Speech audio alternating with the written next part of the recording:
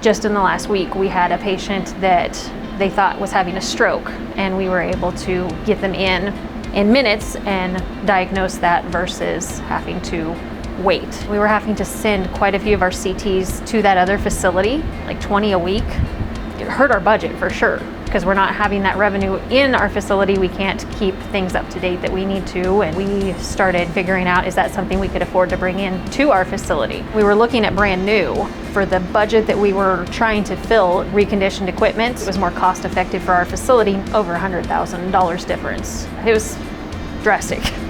It looked brand new to us. I figured there'd be scratches and wear and tear from another facility using it, and there wasn't. The service that Brown's offers, they're going to take care of it. They're going to keep it running so that we don't have any problems with it. If you have a problem, they're out just as soon as you call to get you back up and running. You're not down 24 hours waiting on a service tech to get here.